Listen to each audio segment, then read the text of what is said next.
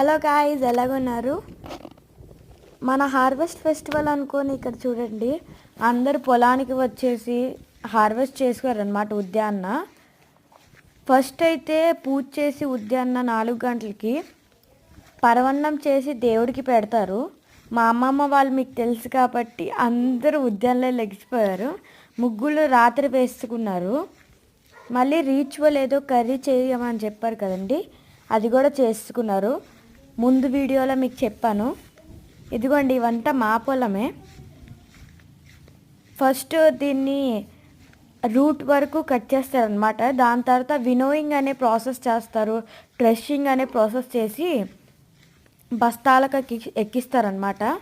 మీకు తెలిసిన childhood memories, ఇంకా ఊరికి సంబంధించిన ఏమైనా మెమరీస్ ఉంటే తొందరగా కామెంట్ సెక్షన్లో రాయండి.